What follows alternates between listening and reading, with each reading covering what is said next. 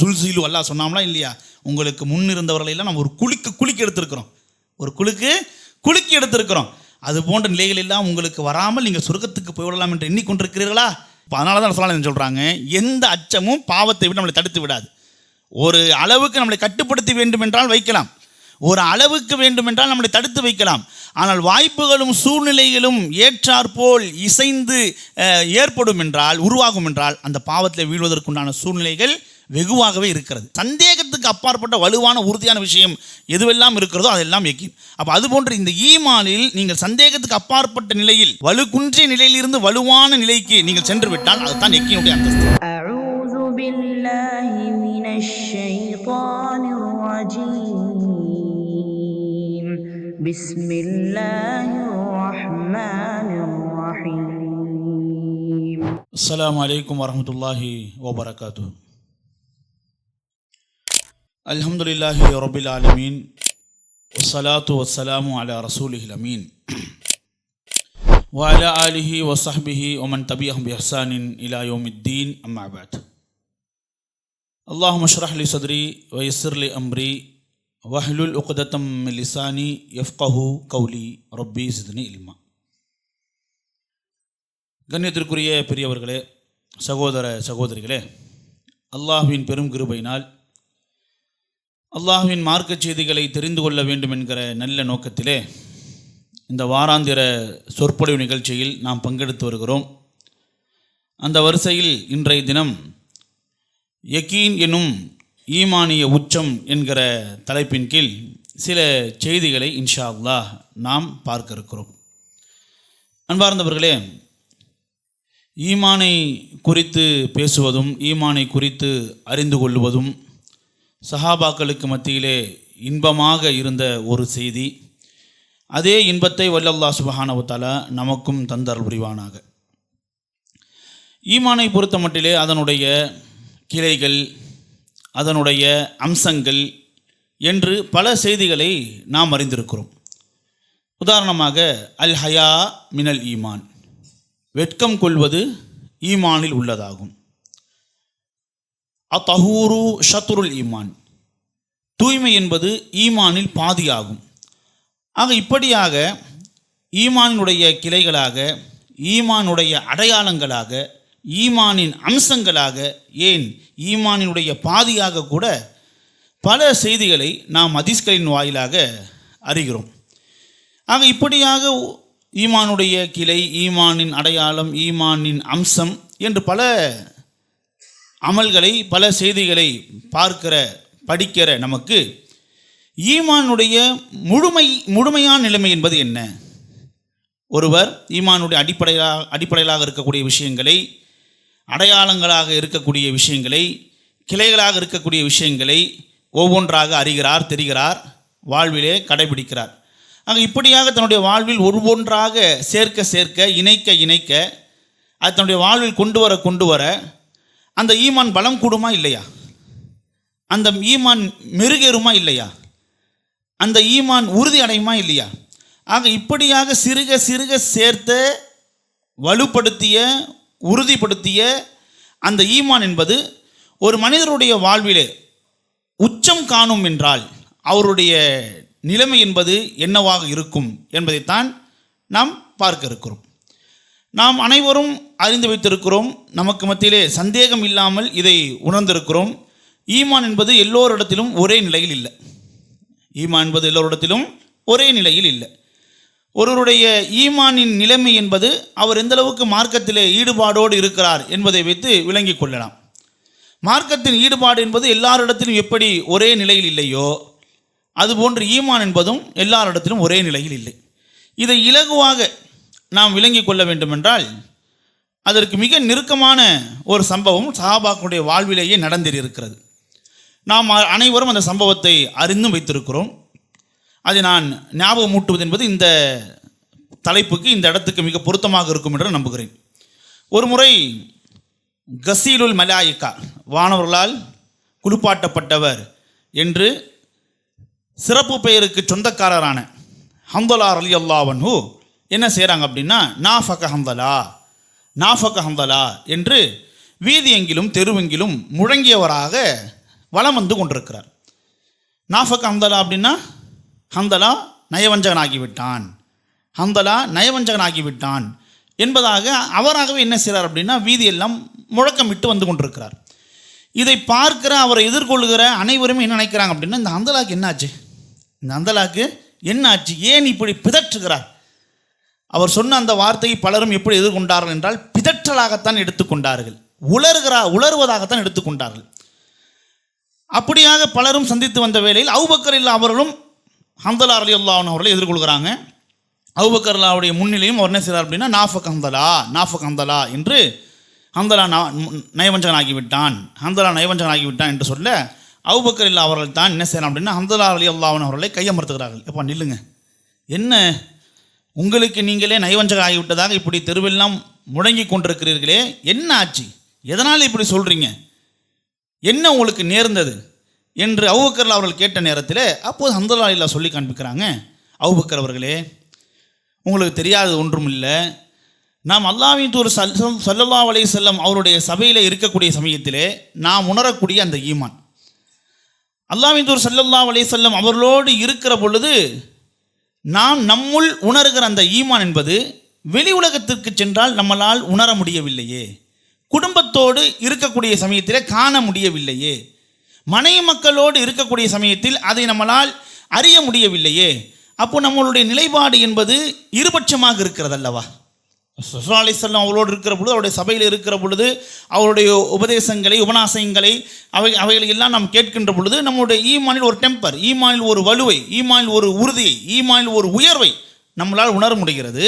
ஆனால் வெளி உலகத்துக்கு வந்தால் அப்படியான ஒரு ஈமானிய உணர்வு உயர்வு இல்லையே, ஈமானிய உறுதி பலம் நம்மளால் உணர முடியவில்லையே. அப்படி என்றால் இருநிலைப்பாடை நம்மளால் உணர முடிகிறதே, இருநிலைப்பாடு நம்முடைய உள்ளத்தில் நம்முடைய ஈமான் இருப்பதை போன்று எனக்கு தெரிகிறதே.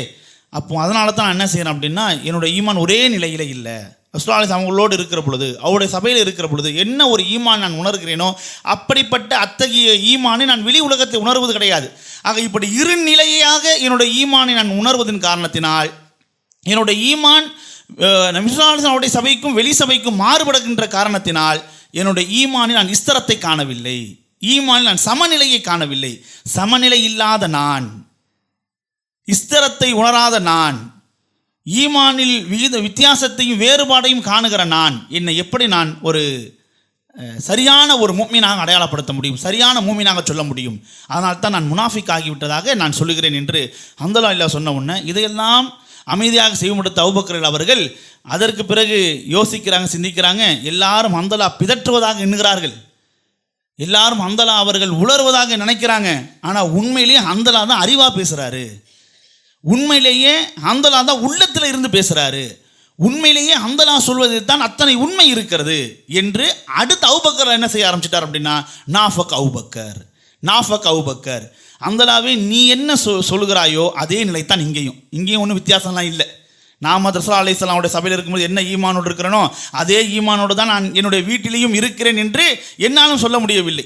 ரசூலுல்லாஹி அவருடைய சபையில் இருக்கிற பொழுது என்ன ஒரு ஈமானிய உணர்வை நாம் உணர்கிறோமோ அதே நிலைத்தான் வெளி உலகத்திலும் இருக்கிறது என்று என்னாலும் சொல்ல முடியவில்லை. அப்படி என்றால் நானும் நயவஞ்சகனாகி விட்டேனா? எனக்குள்ளும் தடுமாற்றம் இருக்கிறதா? அப்படி என்றால் நாஃபக் அபூபக்கர் என்று அபூபக்கர் அவனும் என்ன செஞ்சிட்டாங்க, அபூபக்கர் முனாஃபிக் ஆகிவிட்டார் என்று சொன்ன உடனே இவங்க இருவரும் இப்படியாக சொல்லக்கூடிய இந்த செய்தி நபிகள் நாயகனுடைய செவிக்கு செல்கிறது. ரசூலுல்லாஹி இருவரையும் கூப்பிட்டு அழைக்கிறாங்க. 2 பேர் இங்கே வாங்க, உங்களுக்கு என்ன ஆச்சு, என்ன நேர்ந்தது? ஒருத்தருக்கு ஒருத்தர் மாற்றி இப்படி தான் நயவஞ்சகன் ஆகிவிட்டதாக, தன் முனாஃபிக் ஆகிவிட்டதாக சொல்லிக்கிட்டு இருக்கிறீங்களே, என்ன காரணம் என்பதாக விசாரிக்கிற பொழுது இருவரும் தாங்கள் உணர்ந்ததை ரசூலுல்லாஹி அவர்கிட்ட சொல்லுகிற பொழுது ரசூலுல்லாஹி சொல்கிறாங்க, இதுதான் ஈமான் என்பது யஸீது வ யன்குஸ், ஈமான் என்பது கூடும் குறையும். நாம் ஈமானில் ஒரே நிலையில் இருந்து விடுவோம் என்றால் வானவர்கள் நமக்கு என்ன செஞ்சிருவாங்க, கை குலுக்கிடுவாங்க. வானவருடைய இந்த ஈமான் நிலை என்பது தான் ஒரே இஸ்திரத்தில் உள்ளது, ஒரே நிலையில் உள்ளது. மனிதர்களாகி நம்மை பொறுத்த மட்டில் பலவீனமானவர்கள், நம்முடைய ஈமானை பொறுத்த மட்டில் கூடும் குறையும். சரியா? இதுதான் ஈமானுடைய யதார்த்தம், இதுதான் ஈமானுடைய அடையாளம். மூமினை பொறுத்த மட்டிலே ஈமான் கூடுகிற விஷயத்திலே அவன் கவனம் கொள்ள வேண்டும், ஈமான் குறைகிற பொழுது அவன் அதை அவதானிக்க வேண்டும், அதை அச்ச உணர்வோடு பார்க்க வேண்டும் என்பதைத்தான் அல்லாஹ்வின் தூதர் ஸல்லல்லாஹு அலைஹி வஸல்லம் சொல்லி காண்பிக்கிறாங்க. அப்போ அந்த அடிப்பில் அன்பு சகோதரர்களே, நம்முடைய ஈமான் வலு பெற, ஈமான் கூட, ஈமான் உறுதி பெற நாம் என்னென்ன விஷயங்கள் எல்லாம் கவனம் செலுத்த வேண்டுமோ அந்தந்த விஷயங்களை நாம் கவனம் செலுத்த கடமைப்பட்டிருக்கிறோம். சரிங்களா? அப்போது ஈமானுடைய உச்சநிலை என்பது தான் இந்த மார்க்கம் நமக்கு எப்படி அறிய தருகிறது என்றால் யக்கீன் நிலை என்று சொல்கிறது. ஈமானுடைய உச்சநிலை, அதாவது உச்சநிலைன்னா சந்தேகத்துக்கு அப்பாற்பட்ட வலுவான உறுதியான ஆலமரம் எப்படி பூமியிலே வேர் பதித்திருக்குமோ அதுபோன்று யாராலும் எதனாலும் அசைத்து பார்க்க முடியாத அளவிற்குண்டான வலுவான உறுதியான ஈமானை ஒருத்தர் பெற்றுவிட்டார் என்றால் அதான் யக்கீன், அதான் யக்கீனுடைய ஸ்தானம். அப்போ அப்படிப்பட்ட யக்கீனுடைய ஸ்தானத்தை தான் நபிகள் நாயகம் ஸல்லல்லாஹு அலைஹி வஸல்லம் அவர்களே அல்லாஹ்விடத்திலே வேண்டி பிரார்த்தித்திருக்கிறார்கள். ரசூலுல்லாஹி ஸல்லல்லாஹு அலைஹி வஸல்லம் அவர்களும் அல்லாஹ்விடத்திலே அதைத்தான் கேட்டு துஆ செய்திருக்கிறார்கள். ரசூலுல்லாஹி ஸல்லல்லாஹு அலைஹி வஸல்லம் அவர்கள் அல்லாஹ்விடத்திலே ஒரு பிரார்த்தனை ஒன்று செய்கிறார்கள். மிக முக்கியமான 3 விஷயங்களை உள்ளடக்கி இந்த பிரார்த்தனை செய்கிறார்கள். நாம் ஒவ்வொருவரும் அறிய வேண்டிய ஒரு பிரார்த்தனை, நம்முடைய வாழ்வில் தொடர்ச்சியாக கடைபிடிக்க வேண்டிய ஒரு பிரார்த்தனை. இந்த பிரார்த்தனையில் நபிகள் நாயகம் ஸல்லல்லாஹு அலைஹி வஸல்லம் அவர்கள் நான் முன்னதாக உங்களுக்கு சொன்னது போன்று 3 விஷயத்தை உள்ளடக்குகிறார்கள். அதில் முதல் விஷயம் ரசூலுல்லாஹி கேட்குறாங்க, அல்லாஹு மக்ஸிம் லனா, அல்லாஹு மக்ஸிம் லனா மின் ஹஷ்யத்திக மா தஹூலு பைனனா வ பைன மஆசிக். யா அல்லாஹ், எங்களுக்கு உன்னுடைய இறையச்சத்தை தருவாயாக. ஹஷ்யத் என்றால் அல்லாஹ்வுடைய அச்சம். யா அல்லாஹ், எங்களுக்கு உன்னுடைய பயத்தை, உன்னுடைய அச்சத்தை எங்களுக்கு தருவாயாக. உன்னுடைய அச்சம் என்ன செய்யும்? உன்னுடைய அச்சத்தை நாங்கள் பெற்றுவிட்டால் என்னவாகும் அப்படின்னா எங்களுக்கும் பாவங்களுக்கும் மத்தியில் அது தடையாக திரையாக இருக்கும். அல்லாஹ்வுடைய அச்சம் ஒரு இடத்துல ஏற்பட்டு விடும் என்றால், அல்லாஹ்வுடைய அச்சம் ஒருவருக்கு ஏற்பட்டு விடும் என்றால் அவரை அத்தனை சீக்கிரம் பாவம் என்ன செய்து விட முடியாது, நெருங்கி விட முடியாது. பாவம் அவரை அண்டிவிட முடியாது. பாவத்தில் அவர் வீழ்ந்து விட மாட்டார். பாவத்தில் இருந்து அவரை காக்கிற அரணாக திரையாக அவருக்கும் பாவத்துக்கும் மத்தியில் எது இருக்கும் என்றால் அல்லாஹ்வுடைய அச்சம் இருக்கும். அல்லாஹ்வுடைய அச்சம் வீட்டு இருக்கும். அதான் சொல்ல கேட்குறாங்க, யா அல்லாஹ், உன்னுடைய அச்சத்தை நான் கேட்கிறேன். உன்னுடைய அச்சம் என்னுள் வந்துவிட்டால், உன்னுடைய அச்சத்தோடு நான் இருப்பேன் என்றால் அது எனக்கும் பாவத்துக்கும் மத்தியில் தடையாக திரையாக இருக்கும் என்று ரசூல் ஸல்லல்லாஹு அலைஹி வஸல்லம் சொல்லி காமித்திருக்கிறாங்க. இது ரொம்ப முக்கியமானது. அல்லாஹ்வுடைய அச்சம் தான் நம்முடைய பாவத்திலிருந்து காக்கும் அரணாக இருக்கிறது. அல்லாஹ்வுடைய பயம்தான் பாவத்தில் வீழ்ந்து விடாமல் நம்மளை தடுக்கிற பெரும் சுவராக இருக்கிறது. உதாரணத்திற்கு நாம் ஒரு விஷயத்தை கவனிக்க வேண்டும் என்றால், பாவங்களை பொறுத்த மட்டிலே அல்லாஹ் சுப்ஹானஹு வ தஆலா அதை தடுத்திருக்கிறான். அந்த பாவங்களை செய்தால் என்னென்ன தண்டனைகள் என்பதையும் விவரித்திருக்கிறான், எச்சரித்திருக்கிறான். ஒரு பாவத்தினுடைய தண்டனை ஒருத்தருக்கு அச்சத்தை ஏற்படுத்தியிருக்க வேண்டும் என்றால், ஒரு பாவத்தினுடைய தண்டனையை ஒருவர் பயந்து அந்த பாவத்தில் ஈடுபடாதவராக அவர் இருந்திருக்க வேண்டும் என்றால் எல்லா நிலையிலும் எல்லா நேரங்களிலும் அந்த பாவத்தின் பக்கம் அவர் செல்லாதவராக இருந்திருக்க வேண்டும். உதாரணமாக விபச்சாரத்தினுடைய தண்டனையாக இருக்கட்டும், வட்டியினுடைய தண்டனையாக இருக்கட்டும், இன்ன பிற பாவங்களுடைய தண்டனையாக இருக்கட்டும். அப்போ அந்த பாவங்களை எல்லாம் ஒருவர் வெளி உலகத்தில் இருக்கின்ற பொழுது தவிர்ந்திருக்கிறார், செய்யாமல் இருக்கிறார். ஏன்பா இந்த பாவத்தை செஞ்சால் இவ்வளோ பெரிய தண்டனை இருக்குது, இந்த பாவம் செய்தால் இவ்வளோ பெரிய குற்றமாகிவிடும் என்று அந்த பாவத்தின் தண்டனை எண்ணி, அந்த பாவத்தினுடைய குற்றத்தை எண்ணி அவர் என்ன செய்கிறாருன்னா பயந்து அந்த பாவங்களின் பக்கம் நெருங்காமல் பாவங்கள் வீழாமல் இருக்கிறார். ஆனால் அதே அவர் பாவத்தினுடைய தண்டனையை நினைத்து பாவத்தை அஞ்சுகிற அவர் தனிமையிலே இருக்கிறார் என்றால், மனிதனுடைய பார்வைப்படாத இடங்களிலே இருக்கிறார் என்றால் பாவத்தில் வீழ்ந்து விடுகிறாரே, தவறிலே வீழ்ந்து விடுகிறாரே. அப்போ பாவத்தின் தண்டனை ஒருவரை காக்க வேண்டும் என்றால், பாவத்தின் தண்டனையை ஒருவர் பயந்து பாவங்கள் ஈடுபடாதவராக இருந்திருக்க வேண்டும் என்றால், பொதுவெளியில் எப்படி பாவங்களிலே வீழாதவராக பாவங்களை செய்யாதவராக அவர் தன்னை தற்காத்து கொண்டாரோ அதே போன்று தனிமையிலும் அவரை தன்னை தற்காத்து கொண்டிருக்க வேண்டும். ஆக அப்போ பாவத்தின் தண்டனை நச்சம் அவர் என்ன செய்யலை அப்படின்னா தடுக்கலை, சூழ்நிலை தான் நிர்ணயிக்குது. சூழ்நிலை என்ன செய்யுது அப்படின்னா நிர்ணயிக்குது. பொதுவெளியில் அந்த பாவத்தை செய்யாதவராக இருந்திருக்கிறார், தனிமையில் வருகிற பொழுது என்ன செய்கிறாரு, அந்த பாவத்தின் தண்டனை அஞ்சாம, அந்த பாவத்தின் தண்டனையை பயப்படாமல் சர்வசாதாரணமாக என்ன செஞ்சார் அப்படின்னா அந்த பாவத்தை செய்துவிடக்கூடியதாக இருக்கிறார். அப்போ அதனால தான் சொல்ல சொல்கிறாங்க, எந்த அச்சமும் பாவத்தை விட நம்மளை தடுத்து விடாது. ஒரு அளவுக்கு நம்மளை கட்டுப்படுத்தி வேண்டும் என்றால் வைக்கலாம், ஒரு அளவுக்கு வேண்டுமென்றால் நம்மளை தடுத்து வைக்கலாம். ஆனால் வாய்ப்புகளும் சூழ்நிலைகளும் ஏற்றாற்போல் இசைந்து ஏற்படும் என்றால், உருவாகும் என்றால் அந்த பாவத்தில் வீழ்வதற்குண்டான சூழ்நிலைகள் வெகுவாகவே இருக்கிறது. ஆனால் பாவத்தின் தண்டனையின் அச்சம் என்பது ஒருவரை எப்போதும் காப்பாற்றி விடாது. அல்லாஹ்வுடைய அச்சம்தான் ஒரு மனிதரை எப்போதும் காப்பாற்றும், எங்கேயும் காப்பாற்றும். அவர் பொதுவெளியில் இருந்தாலும் சரி, தனிமையில் இருந்தாலும் சரி, அவர் பரகசியமாக இருந்தாலும் சரி, ரகசியமாக இருந்தாலும் சரி, எல்லா நிலைகளிலும் அவர் பாவத்தை விட்டு விலகி இருக்கிறார் என்றால் ஒரே காரணம் தான். என்ன காரணம்? அல்லாஹ்வுடைய அச்சம். அல்லாஹ்வுடைய அச்சம். அதான் சொல்கிறான், இறைவா நான் உன்னுடைய அச்சத்தை கேட்கிறேன், உன்னுடைய அச்சத்தை கேட்கிறேன். அதனால சொல்ல இந்த பிரார்த்தனை பண்ணாங்க, அல்லாஹும்ம ஆத்தி நஃப்ஸி தக்வாஹா வ ஸக்கிஹா அன்த கைரு மன் ஸக்காஹா. அந்த வலியுகா அந்த மௌலாகா, யா அல்லாஹ் இந்த உள்ளத்துக்கு உன்னுடைய அச்சத்தை நீ கொடுப்பாயாக. நீயே இந்த உள்ளத்தினுடைய பொறுப்பாளனாக இருக்கிறாய், இந்த உள்ளத்தினுடைய பாதுகாவனாக இருக்கிறாய்.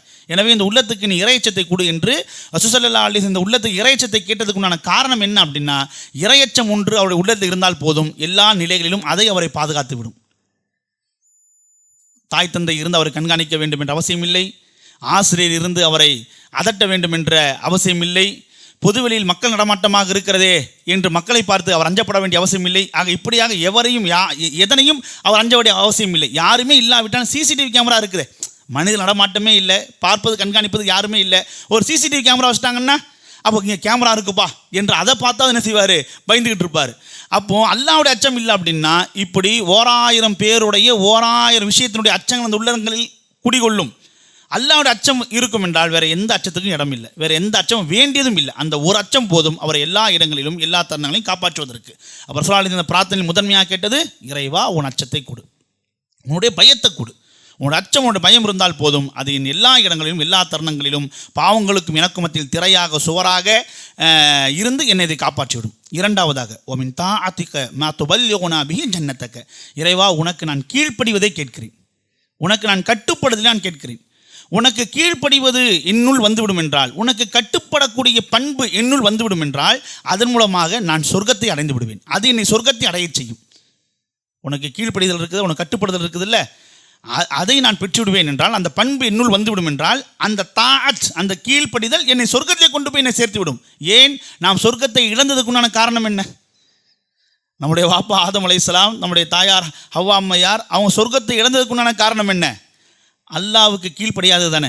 அல்லாஹ் ஒரு கட்டளையை இடுகிறான், ஒரு கட்டுப்பாட்டை விதிக்கிறான், அந்த கட்டளை அந்த கட்டுப்பாடை மீறியதின் விளைவுத்தான். அப்போது அல்லாஹ்வுக்கு எப்போ ஒருத்தங்க கட்டுப்படாமல் போயிடுறாங்களோ அப்போ என்ன செஞ்சிட்டாங்க அப்படின்னா, அவங்க சரிவை காண ஆரம்பித்து விடுவார்கள். அப்புறம் சொல்லி அல்லாஹ் துஆச்சன், யா அல்லாஹ் உனக்கு கீழ்ப்படிதலை நான் கேட்கிறேன், உனக்கு கட்டுப்படுதலை நான் கேட்கிறேன். அந்த கட்டுப்படுதல் என்னுள் வந்து விட்டால், உனக்கு கீழ்ப்படிதல் என்னுள் வந்து விட்டால் அது என்னை சொர்க்கத்திலே கொண்டு போய் சேர்த்து விடும் என்று ரசூலுல்லாஹ் துஆ செய்கிறாங்க. அப்புறம் பல பேர் யோசிக்கலாம், நம்ம எல்லா நேரங்களிலும் கட்டுப்பாடோடு இருக்கிறோமா, அல்லாஹ்வுக்கு கீழ்ப்படியக்கூடியவர்களாக இருக்கின்றோமா என்று யோசித்து பார்க்க வேண்டும். கீழ்ப்படிதல் என்பது மக்களுக்கு மத்தியிலே ஒரு விளையாட்டாக இருக்கிறது. அல்லாஹ்வுக்கு கீழ்ப்படிதல் என்பது நம் மக்களுக்கு மத்தியிலே விளையாட்டாக இருக்கிறது. தாங்கள் விரும்பிய விஷயங்களில் அல்லாஹ்வுக்கு கீழ்ப்படிந்து கொள்கிறார்கள், அல்லாஹ்வுக்கு கட்டுப்பட்டுக் கொள்கிறார்கள். தங்களுக்கு உடன்பாடு இல்லாத விஷயங்களில் அல்லாஹ்வுடைய கட்டுப்பாடை உதாசீனப்படுத்துகிறார்கள், அல்லாஹ்வுடைய கட்டளைகளை மீறுகிறார்கள்.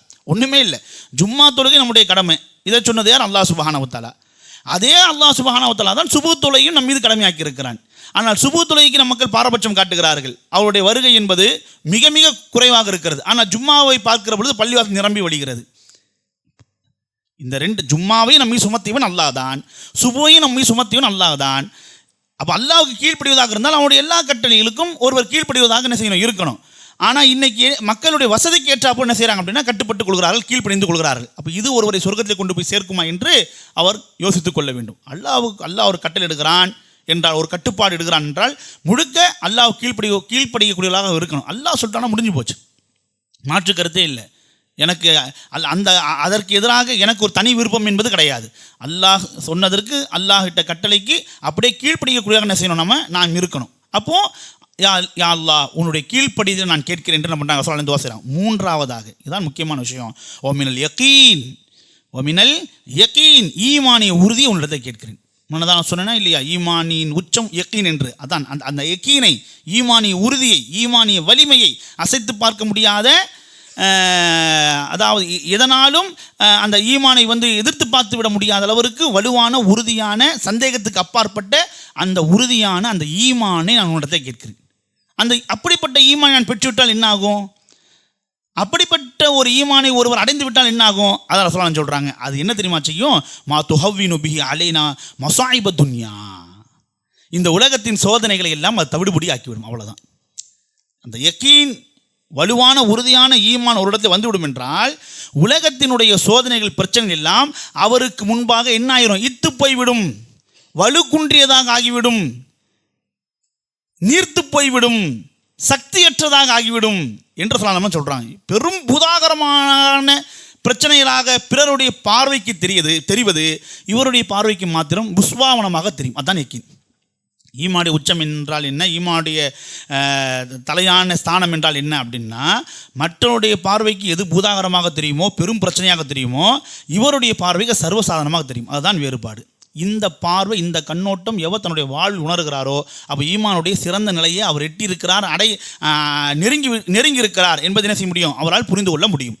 யக்கீன் என்றால் வலுவான உறுதியான ஈமான் என்பதை நம்ம வெவ்வேறு குர்ஆனுடைய வசனங்களை கொண்டு கூட என்ன செய்ய முடியும் அப்படின்னா உணர்ந்து கொள்ள முடியும்.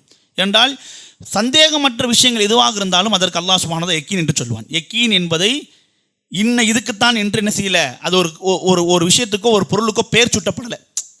யக்கீன் என்பது என்னன்னா, எவையெல்லாம் சந்தேகத்துக்கு அப்பாற்பட்ட வலுவான உறுதியான செய்தியோ அதுவெல்லாம் யக்கீன்.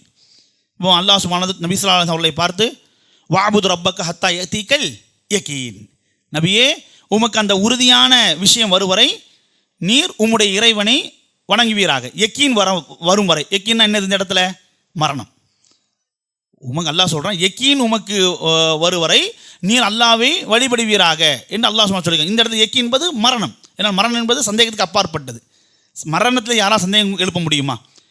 இன்னைக்கு கடவுளில் சந்தேகத்தை எழுப்புறாங்க, அப்படி தானே? கடவுள் இருக்கிறானா இல்லையா, இதெல்லாம் தோற்றுவித்தது கடவுள் தானா அல்லது இயற்கையின் ஏற்பாடா, அது அல்லது கடவுளுடைய ஏகத்துவத்திலே தௌஹீத் சந்தேகத்தை கிளப்புகிறாங்க. ஒரே ஒரு கடவுளால் எப்படி அனைத்து நிர்வகித்து விட முடியும்? ஒருவரால் நிர்வகித்து விட முடியாது. அவருக்கு உதவியாளருக்கு நிச்சயம் தேவை என்றெல்லாம் கற்பனை, அப்போ சந்தேகத்தை கிளப்புறாங்க. கடவுள்லேயே என்ன செய்கிறாங்க அப்படின்னா சந்தேகத்தை கலப்பக்குள்ளாக இருக்கிறாங்க. அப்படிப்பட்டவர்களால் மரணத்துக்கூட என்ன செய்ய முடியாது, சந்தேகத்தை கிளப்ப முடியாது. யாராவது இல்லை எனக்கு மரணம் என்பது டவுட்டாக இருக்குது, மரணம் என்பது ஏற்படுவதில் எனக்கு டவுட்டாக இருக்குது அப்படின்ட்டு யாராவது நம்ம சொல்லி பார்க்க முடியுமா? எல்லோராலும் ஏற்றுக்கொள்ளப்பட்ட ஒன்று தான் என்னது? மரணம்.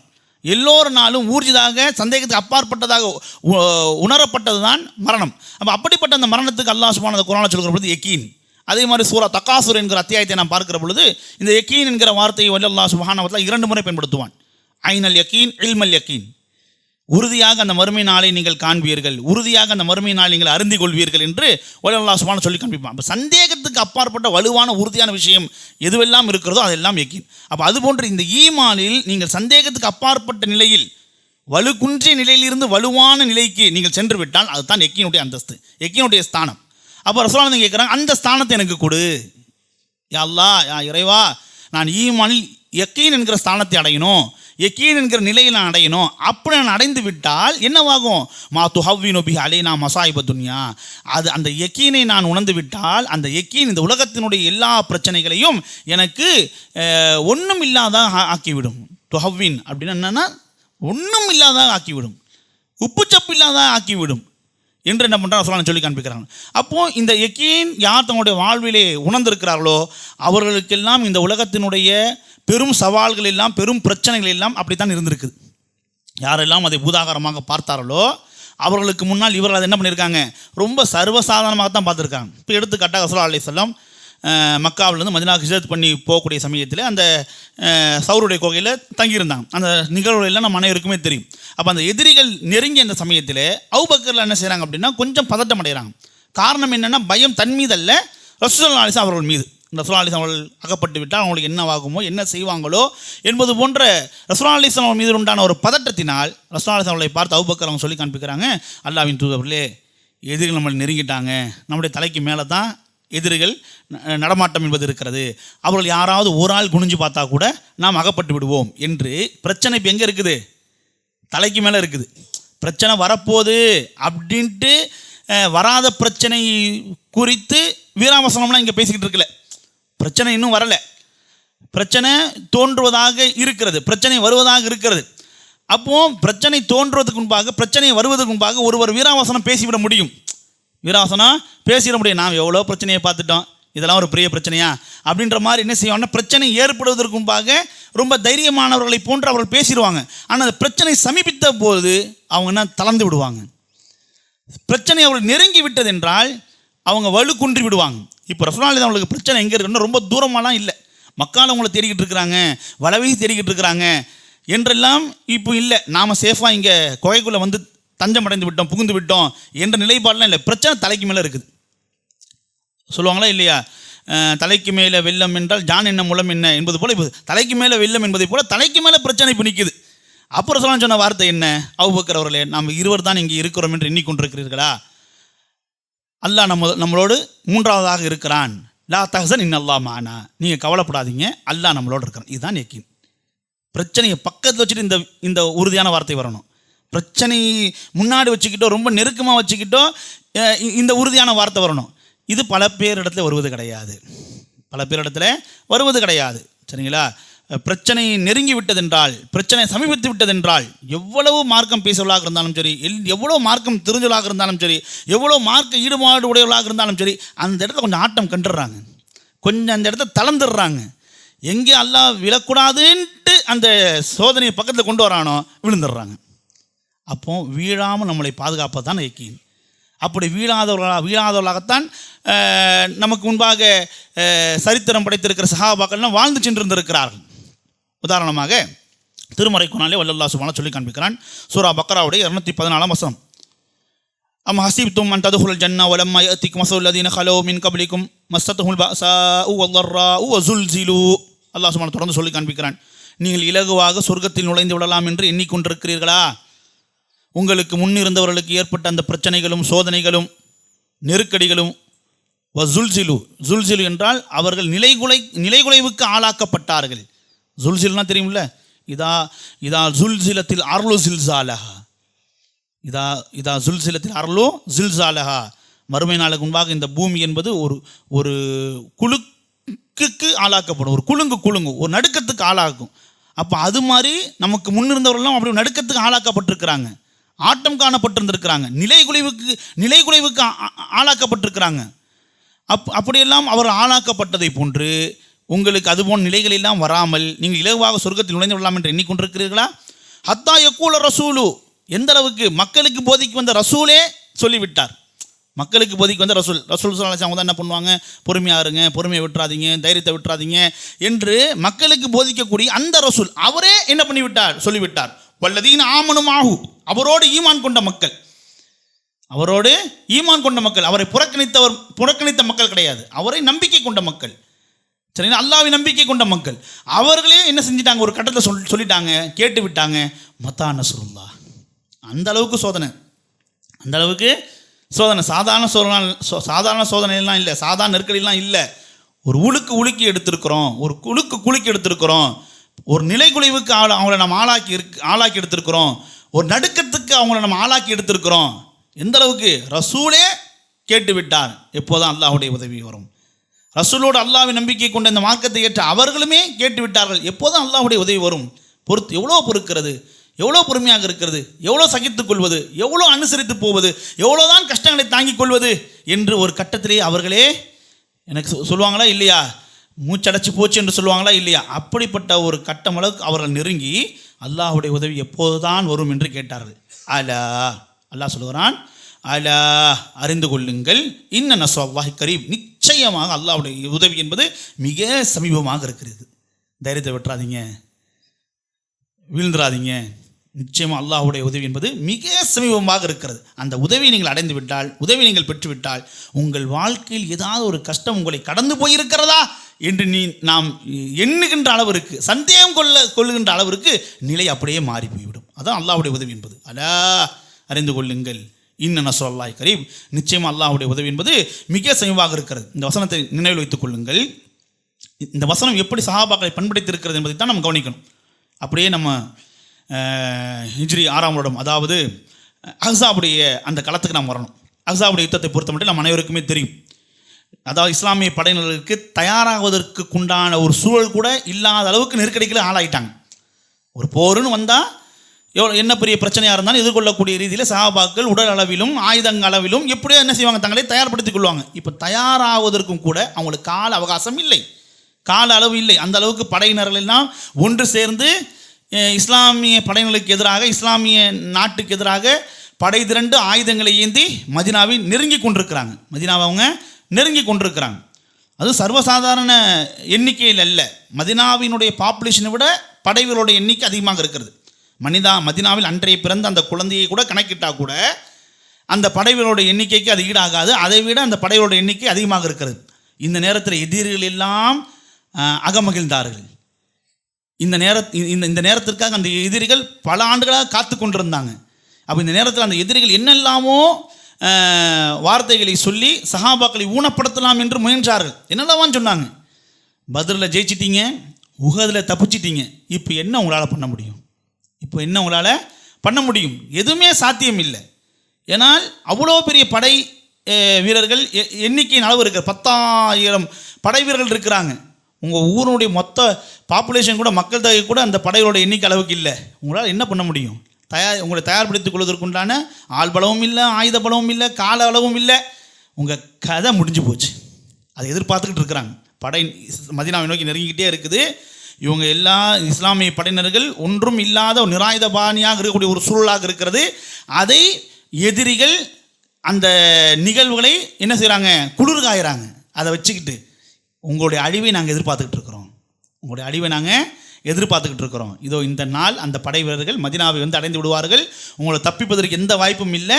எங்கள் கண்ணுக்கு முன்பாகவே நீங்கள் அழிந்தொழிந்து போகக்கூடியதை நாங்கள் பார்க்க போகிறோம் என்பதாக எதிரிகள் என்ன பண்ணுறாங்க? சுற்றி நின்று இப்படியாக சஹாபாக்களுக்கு எதிராக, இஸ்லாமிய படைகளுக்கு எதிராக அவங்க பேசிக்கொண்டிருக்கிறார்கள்.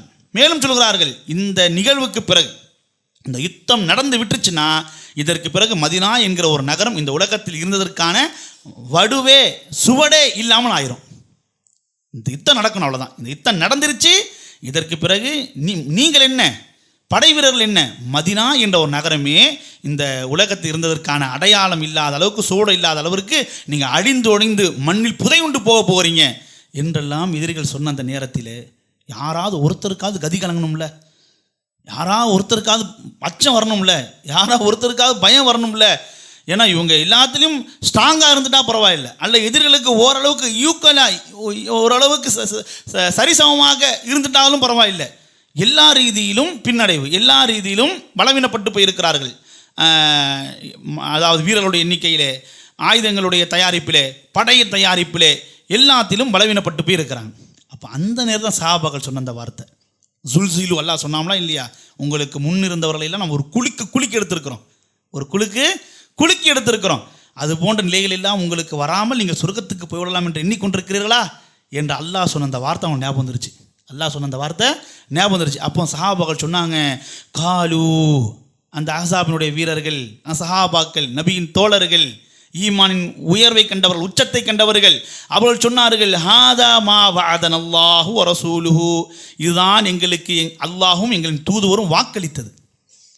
நீங்கள் எதை கொண்டு எங்களை அச்சுறுத்துகிறீர்களோ, எதை கொண்டு எங்களை பயமுறுத்துகிறீர்களோ, எதை கொண்டு எங்களை பலவீனப்படுத்தலாம் என்று எண்ணிக்கொண்டிருக்கிறீர்களோ, இதைத்தான் எங்களின் தூதுவரும் அல்லாஹ்வும் எங்களுக்கு வாக்களித்தது. வ சதக் அல்லாஹ் வ ரசூலுஹு, அல்லாஹ் அல்லாஹ்வுடைய தூதுவர் உண்மையே சொல்லியிருக்கிறார்கள்.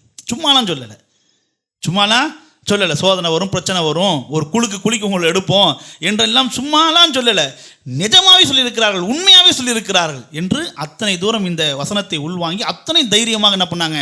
அந்த சஹாபாக்கள் சொன்னதை அல்லாஹ் சுப்ஹானஹு பெரும் கௌரவத்தோடு, பெரும் ஒரு முன்னுதாரணமாக இந்த வசனம் சொல்லி காண்பிக்கிறான். இதுதான் ஈமான் உச்சம் கண்டவர்கள். மற்றவர்களுக்கெல்லாம் பூதாகரமாக தெரிவது, மற்றவர்களுக்கெல்லாம் பெரும் பிரம்மாண்டமாக, பெரும் பாரதூரமாக தெரிவது இவர்களுக்கு புஸ்வானமாக தெரியும். இவர்களுக்கு பெரும் பொருட்டாகவே எடுத்துக்கொள்ள மாட்டார்கள். அது இவர்களை அச்சுறுத்தாது. இவர்களை பார்த்து தான் அது அச்சப்படணும், இவர்களை பார்த்து தான் அது அச்சப்படணும். அப்போ தானே அது அல்லாஹ்வுடைய அச்சம் இவர்களுக்குள் இருக்கிறது என்பதற்குண்டான அடையாளமாக ஆகும். உலகத்தின் பயம் இவர்களை பார்த்து மண்டியிடணும். உலகத்தின் அதிகாரம், உலகத்தின் பதவி, உலகத்தின் விஷயங்கள் இவர்களை கண்டு மண்டியிட்டால் தான் உண்மையிலேயே இவரது அல்லாஹ்வுடைய அச்சம் இருப்பதாக நிரூபணமாகும். இவர்கள் அச்சப்பட்டு விட்டால், இவர்கள் அடிபணிந்து விட்டால், இவர்கள் பின்வாங்கி விட்டால், அப்போ அதற்கேற்றாப்போல் சஹாபாக்கள் அவ்வளோ பெரிய ஒரு பாரதூரமான விஷயங்களை சுற்றி வந்த போதிலும் கூட பிரச்சனையை பக்கத்தில் வச்சுக்கிட்டு, தூரமாலாம் வச்சுக்கிட்டு இல்லை, சமீபத்தில் வச்சுக்கிட்டு, சமீபத்தில் கண்கூடாக பார்த்துக்கிட்டு அவங்க சொன்னாங்க, இதுதான் அல்லாஹ்வுடைய தூதர் எங்களுக்கு வாக்களித்தது, அல்லாஹ்வுடைய தூதரும் உண்மையே சொன்ன, இதுதான் அல்லாஹ்வுக்கு வேணும், அல்லாஹ்வுடைய தூதரும் உண்மையே சொல்லியிருக்கிறார்கள் என்று அவள் சொன்ன அந்த வார்த்தை உண்மையிலே ஈமானிய வார்த்தை, ஈமானிய உச்சம் கண்டவருடைய வார்த்தை. அப்போது அதற்கு பிறகு என்ன நடந்துச்சு நமக்கு தெரியும். அதற்கு பிறகு அவ்வளோ அதாவது படை திரட்டி வந்தாங்க. ஏதாவது பண்ண முடிஞ்சா? மதீனாவினுடைய ஒரு துரும்ப அசைச்சு பார்க்க முடிஞ்சா? மதீனாவினுடைய ஒரு கவலை, ஒரு கைப்பிடி மண்ணை எடுக்க முடிஞ்சா? நீங்கள் அப்படியே புதை உண்டு போக போகிறீங்க, மதீனா என்ற நகரமே இல்லாமல் போகிறது என்றெல்லாம் சொன்னவர்கள், என்றெல்லாம் பேசி அகமகிழ்ந்தவர்கள், அவர்களுக்கு ஏதாவது அவங்க நினச்சது மாதிரி எதிர்பார்த்தது மாதிரி ஒரு எறும்பை மதினாவில் கொல்ல முடிஞ்சா? இதுதான் அல்லாஹுடைய பாதுகாப்பு என்பது. அல்லாஹுடைய அலா இன்ன நஸ்ரல்லாஹி கரீப், அல்லாஹுடைய உதவி உங்களுக்கு சமீபமாக இருக்கிறது. அல்லாஹ்வுடைய உதவி உங்களுக்கு சமீபமாக இருக்கிறது. அப்போ அல்லாஹ் சுப்ஹானஹு வ தஆலா அந்த ஈமானிய வலிமையை ஒருத்தர் உணர்கிற பொழுது அவருக்கு எந்த பிரச்சனையும் எந்த பயமும் பெரிதாக செய்யாது, தெரியாது. அந்த அளவுக்கு உலகத்தின் மற்றவருடைய பார்வையில் பெரியசாக பூதாகரமாக தெரிவது இவருடைய பார்வையில் புஸ்வானமாக தெரியும் என்பதற்கு எத்தனையோ எடுத்துக்காட்டுகளை சொல்லிக்கொண்டே போகலாம். சரிங்களா? பத்ர் யுத்தத்தை குறித்து நாம் பெரிதாக இப்போ பார்க்க போகிறதில்ல. அந்த பத்ர் யுத்தத்தில் நடந்த ஒரு சிறிய சம்பவம், சிறிய ஒரு துணுக்கு செய்தி, அதிலே சஹாபாக்களுடைய அந்த நான் சொன்னேன் அல்லவா ஈமானி உச்சம், அந்த யக்கீன் என்பதற்கு எந்த அளவுக்கு ஒரு முன்மாதிரி இருக்கிறது என்பதற்கு இது ஒரு பெரும் ஒரு எடுத்துக்காட்டு. ரசூலுல்லாஹி ஸல்லல்லாஹு அலைஹி வஸல்லம் அவர்களும் சஹாபாக்களும், நான் இந்த பத்ர் யுத்தத்தை பொறுத்தவரை நம்ம அனைவருக்குமே தெரியும், போருக்காக அவங்க புறப்பட்டு செல்லலை. அவங்க போனது வியாபார கூட்டத்தை வழிமறிப்பதற்காகத்தான். ஆனால் அது போராக உருமாறி விட்டது. போருக்கான தயாரிப்போடு இவங்க வரலை, ஆனால் போருக்காக உருமாறி விட்டது.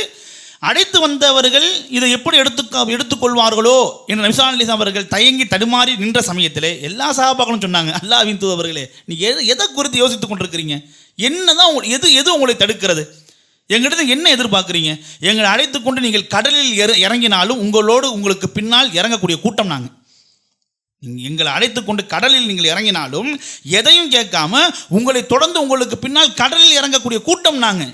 என்ன எதிர்பார்க்குறீங்க நீங்கள்? இவங்க என்ன நினைப்பாங்களோ, எது நினைப்பாங்களோ, பயண கூட்டத்தை தடுக்க கூட்டு வந்துட்டு இப்போ ஒரு போரில் கொண்டு போய் எங்களை விட்றீங்களே என்றெல்லாம் எதாவது யோசிப்பாங்களோ? அதெல்லாம் உங்களுக்கு வேண்டியதே இல்லை. உங்களுக்கு எது தோன்றுகிறதோ, நீங்கள் எதை செய்ய வேண்டும் நினைக்கிறீர்களோ அதை செய்யுங்க, அதுக்கு நாங்கள் உடன்படுகிறோம் என்று அத்தனை சஹாபாக்கள் என்ன செய்கிறாங்க? நபி ஸல்லல்லாஹு அலைஹி வஸல்லம் அவர்களுக்கு அந்தளவுக்கு பக்கபலமாக இருக்கிறாங்க. நபி ஸல்லல்லாஹு அலைஹி வஸல்லம் அவர்கள் அந்தளவுக்கு கீழ்ப்படிஞ்சாங்க. ஏன்னால் அவர்கள் தங்களுடைய உயிர் இந்த மார்க்கத்துக்கு, அல்லாஹ்வுக்கு, அல்லாஹ்வுடைய தூதருக்கு என்று எழுதி கொடுத்தவர்கள். அந்த உயிரை எப்பவும் கொடுக்கணும் தான் அவங்க ஆசைப்படுறாங்களே தவிர அதை பாதுகாத்து வச்சுக்கொள்வதற்கு ஆசைப்படலை. உயிரை பாதுகாத்து வச்சுக்கிட்டு அவங்க ஆசைப்படலை. எப்போ எனக்கு வாய்ப்பு உடையும் கொடுத்துடலாம், என்னதோ 100 ரூபா பள்ளிவாசல் பக்கெட்டில் போடுற மாதிரி இந்த உயிரை எனக்கு எப்போ கொடுக்குறது வாய்ப்பு வரும்னு காத்து இருக்கக்கூடியவர்களுக்கு இப்படியெல்லாம் வாய்ப்பு கிடைப்பது என்பது அவங்களுக்கு பெரும் பாக்கியம் செய்தவர்களாக அவர்கள் எண்ணிக்கொண்டார்கள். அதனால தான் பதில் வராதவங்களாம் அழுதுகிட்டு இருந்தாங்க ஊருக்குள்ளே. பதிலுக்கு வராதவங்க ஊருக்குள்ளே அழுதுகிட்டு இருந்தாங்க. எங்களுக்கு அது போருன்னு தெரியாமல் போச்சு, இல்லை நாங்களும் புறப்பட்டு வந்திருப்போமே என்று அவங்க ஏன் துடிச்சாங்க, ஏன் அழுதாங்க? எங்களுக்கு அந்த வாய்ப்பு மிஸ் ஆயிடுச்சே. என்னப்போ வாய்ப்பு மிஸ் ஆயிடுச்சு? டூருக்கு எதுவும் உங்களை விட்டுட்டு போயிட்டாங்களா? இல்லை, உயிரை கொடுக்கறதுக்கு உண்டான வாய்ப்பு போயிருச்சு. உயிரை கொடுக்கறதுக்கு உண்டான வாய்ப்பு போயிருச்சு. அப்படித்தான் சஹாபாக்கள் என்ன பண்ணாங்க? அந்த உணர்வு எல்லாம் அந்த யக்கீன் என்கிற ஸ்தானத்துக்கு போனால்தான் வரும். அப்போ இப்படி சஹாபாக்கள் தயாராகி இருந்த போதிலும் நபிகள் நாயகம் ஸல்லல்லாஹு அலைஹி வஸல்லம் அவர்கள் தன்னுடைய சஹாபாக்கள் மார்க்கத்திற்காக தனக்காக இந்த அளவுக்கு சப்போர்ட்டிவாக இருக்கிறார்கள் என்பதை நபிகள் நாயகம் ஸல்லல்லாஹு அலைஹி வஸல்லம் அவர்கள் ஒருபோதும் தன்னுடைய சுயநலத்துக்காக பயன்படுத்திக் கொள்ளவில்லை. எல்லாம் ரெடியாக தான் இருக்காங்க, நம்ம சொன்னாலும் என்ன வேணால் செய்ய தயாராக கூட்டம் தானே, கொண்டு போய் விட்டுருவோம், கொண்டு போய் எதிர்க்க விட்டுருவோம், அப்படிலாம் இல்லை. தன்னுடைய இந்த கூட்டத்தை, தன்னுடைய தோழர்களை எந்த அளவுக்கு பாதுகாக்க முடியுமோ அந்த அளவுக்கு முதல்ல பாதுகாப்பதற்குண்டான அத்தனை வேலைகளிலும் ரசூலுல்லாஹி ஸல்லல்லாஹு அலைஹி வஸல்லம் இறங்கினாங்க. ரசூலுல்லாஹி ஸல்லல்லாஹு அலைஹி வஸல்லம் அவர்கள் இறங்கி அதெல்லாம் சஹாபாக்கெல்லாம் மேய்ச்சிழுத்து போனாங்க. இந்த போருக்கு நபி ஸல்லல்லாஹு அலைஹி வஸல்லம் தலைமை தாங்கி வழிநடத்தக்கூடிய அந்த விஷயங்களை எல்லாம் பார்க்கிற பொழுது இவரா அந்த மக்கால 13 வருஷம் இந்த எதிரிகள்கிட்ட அடி வாங்கிட்டு இருந்தார். 13 வருஷம் எதிரிகள் வரவும் போகிறவங்க எல்லாம் ரசூலுல்லாஹி ஸல்லல்லாஹு அலைஹி வஸல்லம் தலையில் மண்ணள்ளி போடுறது, எச்சி துப்பிட்டு போகிறது, சின்ன பசங்க பெரிய பசங்கன்ற வேறுபாடு இல்லாமல் ரசூலுல்லாஹி ஸல்லல்லாஹு அலைஹி வஸல்லம் ஏளனப்படுத்தி போகிறது, அப்போதெல்லாம் நபிகள் நாயகம் ஸல்லல்லாஹு அலைஹி வஸல்லம் அத்தனை பொறுமை காத்தலாக இருந்தாங்க. எந்த எதிர்வினையும் செய்யவே இல்லை. அப்புறம் ரசூலுல்லாஹி ஸல்லல்லாஹு அலைஹி வஸல்லம் இயல்பு என்பது பொறுமையாக இருந்துட்டு போகிறது போல இருக்குது. ரசூலுல்லாஹி ஸல்லல்லாஹு அலைஹி வஸல்லம் இயல்பு என்பது எல்லாத்தையும் மன்னிச்சு விட்டு போயிடுறது போல இருக்குது.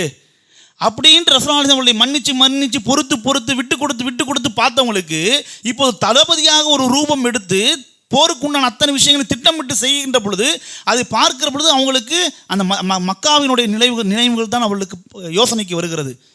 இப்படிப்பட்ட தளபதியாக மக்காவிலே இத்தனை தூரம் அதாவது எதிரிகளுக்கு மத்தியில் பணிந்து போனவராக இருந்திருக்கிறார் என்று யோசித்தாங்க. இதெல்லாம் நம்ம என்ன புரிஞ்சுக்கணும் அப்படின்னா, அதாவது அடிக்கிறது தான் மார்க்கம் என்றது அல்ல, அடிப்பது தான், நெஞ்சை நிமித்துவது தான் நன்மைக்குண்டான காரியம் என்றல்ல, அடி வாங்குவதும் சில நேரங்கள் நன்மைக்குண்டான காரியம்.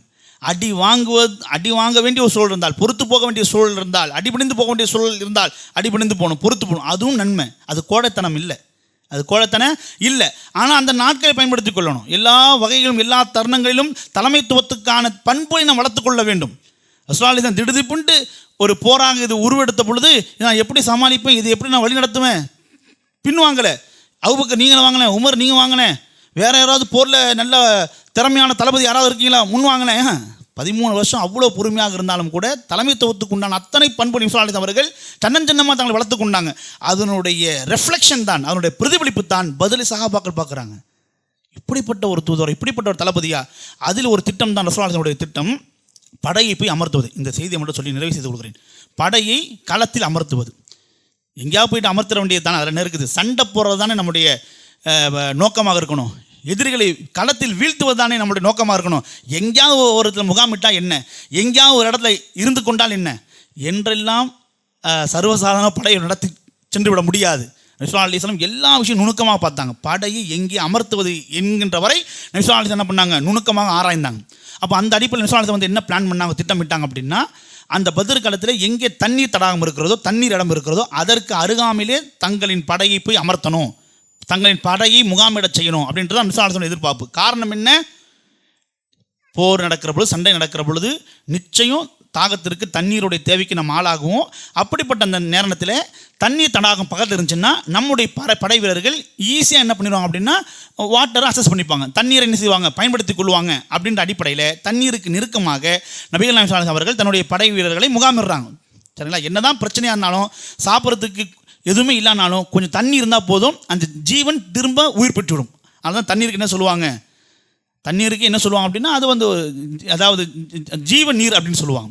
தண்ணீரை கொஞ்சம் கொடுத்தா போதும் தெம்பு வந்துடும், தண்ணீர் கொஞ்சம் குடித்தா போதும் அவருக்கு மீண்டும் உயிர் பெற்று விடுவார் என்பதை போல் ஒரு உத்வேகம் வந்துவிடும். அதனால் தண்ணீர் இன்றியமையாது, தண்ணீர் என்பது மிக மிக அவசியமானது. அப்போ தண்ணீருக்கு அருகாமையில் கொண்டு போயிட்டு தன்னுடைய படை வீரர்கள் இன்சால் அமர்த்துறாங்க. அப்போ அந்த நேரத்தில் தான் ஹப்பாபின் அல் முந்திர் ரலியல்லாஹு அன்ஹு என்கிற சஹாபி ரசூலுல்லாஹி ஸல்லல்லாஹு அலைஹி வஸல்லம் வராங்க. வந்து ரொம்ப பணிவாக, ரொம்ப கண்ணியமாக ரசூலுல்லாஹி ஸல்லல்லாஹு அலைஹி வஸல்லம் ஒரு கேள்வி ஒன்று வைக்கிறாங்க. என்ன கேட்குறாங்க அப்படின்னா, யா ரசூலல்லாஹ், அல்லாஹ்வின் தூதர்களே, ஹாதல் மன்சில் அல்லதி நஸல்தஹு மன்சில் அன்ஸலகஹு அல்லாஹ் ஃபலைஸ லனா அன் நுஜாவிஸஹு.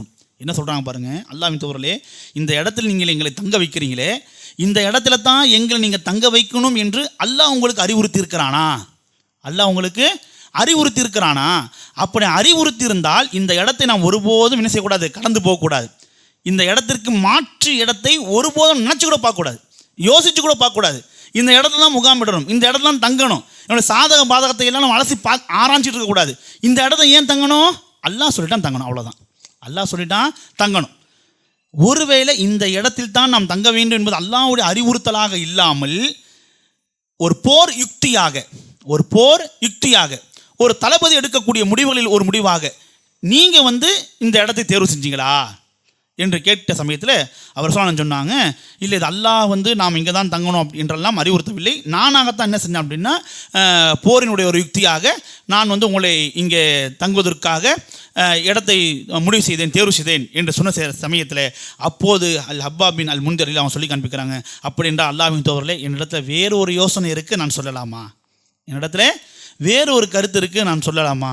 அப்புறம் ரசூலுல்லாஹி அலைஹி வஸல்லம் தாராளமாக சொல்லுங்கள், தாராளமாக சொல்லுங்கள். எப்போதுமே இந்த ஒன் மேன் ஆர்மின்ற கதையெல்லாம் ரசூலுல்லாஹ்ட்ட கிடையாது.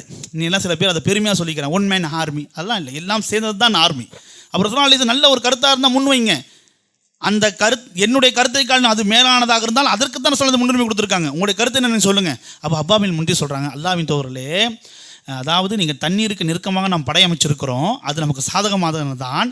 நாம் எப்படி தண்ணீரை பிளான் பண்ணி இங்கே முகாமிட்டிருக்கிறோமோ அதே போன்று தான் எதிரிகளும் அந்த தண்ணீருக்கு அருகாமையில் முகாமிடுவாங்க.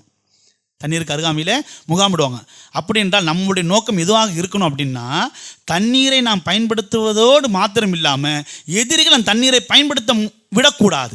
எதிரிகளை அந்த தண்ணீரை பயன்படுத்த விடாத மாதிரி அவங்களை என்ன செஞ்சிடணும், நம்ம தூரப்படுத்திடணும், அவங்களுக்கு நம்ம என்ன செய்யக்கூடாது, அந்த வழியை அடைச்சிடணும். அப்படியாக நாம் முகாமிட்டோம் அப்படின்னா தண்ணீர் நமக்கு மாத்திரம்தான் கிடைக்கும், எதிரிகளுக்கு கிடைக்காது. அப்படின்னு மீசிலிருந்து போயிட்டாங்க. மீசிலிருந்து ரொம்ப அருமையான ஆலோசனையாச்சே, இதையே நீங்கள் இவ்வளோ தயங்கி சொல்லிட்டு இருக்கிறீங்க, ரொம்ப சூப்பரான ஆலோசனையாச்சே என்கின்ற அடிப்படையில் அல் ஹப்பாபின் அல் முந்திர் ரலியல்லாஹு அன்ஹு என்ன ஆலோசனை சொன்னாலும் அந்த ஆலோசனைக்கு ஏற்றாற்போல் அந்த நீர் தடாகத்தை கடந்து ரசூலுல்லாஹி முகாம் அமைக்கிறாங்க. இப்போ அந்த தண்ணீர் சோர்ஸ், வாட்டர் சோர்ஸ் யாருக்கு மாத்திரம்தான்? இஸ்லாமிய படையினருக்கு மாத்திரம்தான். எதிர் படையினரால் அந்த தண்ணீர் சோர்ஸ், வாட்டர் சோர்ஸ் என்ன பண்ண முடியாது, அசஸ் பண்ண முடியாது, அந்த வாட்டர் சோர்ஸை பயன்படுத்தி கொள்ள முடியாது. நான் இந்த சம்பவத்தை இங்கே ஏன் சொல்கிறீங்க அப்படின்னா, இங்கே என்னென்னா ரசூலுல்லாஹி அலைஹி வஸல்லம் அப்பாபின் முன்திரில் அவர்கள் சொன்ன கருத்தே என்ன சொல்கிறாங்கன்னா உண்மையிலே சூப்பரான கருத்து. அதனால் தன்னுடைய கருத்தை என்ன பண்ணாங்க, ரசூலுல்லாஹி அலைஹி வஸல்லம் விட்டுட்டு வேறு இடத்த தேர்வு செஞ்சாங்க. ஆனால் அப்போ அப்பாபின் முன்திர் சொன்ன அந்த வார்த்தையை நாம் யோசிக்கணும். என்ன சொன்னாங்க அப்படின்னா, இந்த இடம்தான் அல்லாஹ் தேர்வு செய்தாக இருக்கும்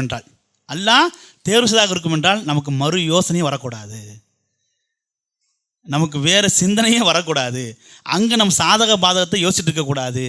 அல்லாஹ் இந்த இடத்த நம்ம சொல்லியிருக்கிறான், ஆனால் இந்த இடத்த விட அந்த இடம் தான் நமக்கு இன்னும் சாதகமாக இருக்குமே, இந்த இடத்துல நமக்கு போதிய சாதகம் இல்லையே, இந்த இடத்துல நம்ம இருந்தால் நமக்கு பாதகமாக தானே இருக்குமே அப்படின்னு நாம் என்ன செஞ்சோட யோசிச்சுட்டு இருக்கக்கூடாது. ஏனென்றால் அல்லாஹ்வை பொறுத்த மட்டும் அவன் எப்படிப்பட்டவன், அவன் சாதகத்தையும் பாதகமாக்க வல்லவன், பாதகத்தையும் சாதகமாக்குவதற்குண்டான வல்லமை படைத்தவன். ஆனால் அல்லாஹ் ஒன்று சொல்லிட்டானா கண்மூடித்தனமாக போயிடணும். அதுதான் யக்கீன். என் அல்லாஹ் ஒன்று சொல்லிவிட்டால் அது எனக்கு நலனுக்காகத்தான் இருக்கும். அதை நான் யோசிச்சுட்டுக்கே கூடாது, சிந்திச்சுட்டுக்கே கூடாது, அது இரண்டாம் ஒரு யோசனைக்கு நான் போகவே கூடாது. அப்போ அந்த அளவிற்கு அல்லாஹ் சொல்லக்கூடிய விஷயத்தை கண்மூடித்தனமாக ஏற்றுக்கொள்கிற மனநிலைமை இருக்கிறதல்லவா, மனோபக்குவம் இருக்கிறதல்லவா, அதுதான் யக்கீன். அப்படிப்பட்ட அந்த யக்கீன் என்கிற அந்த மனநிலையில் தான் எத்தனை பேர் நம்ம மக்கள் இருக்கிறார் என்பது சந்தேகமாக பார்க்கக்கூடிய ஒரு சூழல் என்பது இருக்கிறது. அல்லாஹ்வுடைய தூதரும் சொல்லிவிட்டார்கள் என்றாலுமே கூட அதிலே தங்களுடைய அறிவை புகுத்துவது, தங்களுடைய திறமையை புகுத்தக்கூடிய நிலைமையெல்லாம் ரொம்ப அபாயகரமான நிலைமை என்பதை நாம் புரிந்து கொள்ள வேண்டும். ஆக இப்படியாக அன்பு சகோதரர்களே சகோதரிகளே, சஹாபாக்கள் நம்முடைய முன்னவர்கள் தங்களை முழுமையாக அல்லாஹ்வுக்கு அர்ப்பணித்து விட்டார்கள். இன்னும் இது போன்ற ஏராளமான சம்பவங்கள், இதெல்லாம் நம்மெல்லாம் பேசுவதற்கு கூட கேட்பதற்கு கூட நம்ம வெட்கி தலை குனியணும். ஏனென்றால் நம்முடைய வாழ்க்கை அந்த அளவுக்கு இவருடைய வாழ்வோடு ஒப்பிட்டு பார்க்கிற பொழுது நம்முடைய வாழ்வு ஏன் இந்த அளவுக்கு, நம்முடைய ஈமான் ஏன் இந்த அளவுக்கு பலவீனப்பட்டு போயிருக்கிறது என்று நமக்கே ஒரு கூச்சம் ஏற்படக்கூடிய அளவுக்கெல்லாம் ஒரு ஈமானிலே ஒரு உன்னதமான ஒரு முன்னுதாரணமான சமூகமாக சஹாபாக்கள் வாழ்ந்திருக்கிறார் என்பதை நம்மால் பார்க்க முடிகிறது. ஆக அப்படிப்பட்ட ஒரு ஈமானிய உயர்வை, ஒரு உறுதியை வல்லல்லாஹ் சுப்ஹானஹு வ தஆலா நமக்கும் வழங்கி நாமும் அந்த யக்கீன் என்கிற ஸ்தானத்தை அடைந்து அதன் மூலமாக நாளை மறுமை நாளிலே உயர்ந்த சொர்க்கத்தை பெறக்கூடிய ஒரு தௌஃபீக்கினை வல்லல்லாஹ் சுப்ஹானஹு வ தஆலா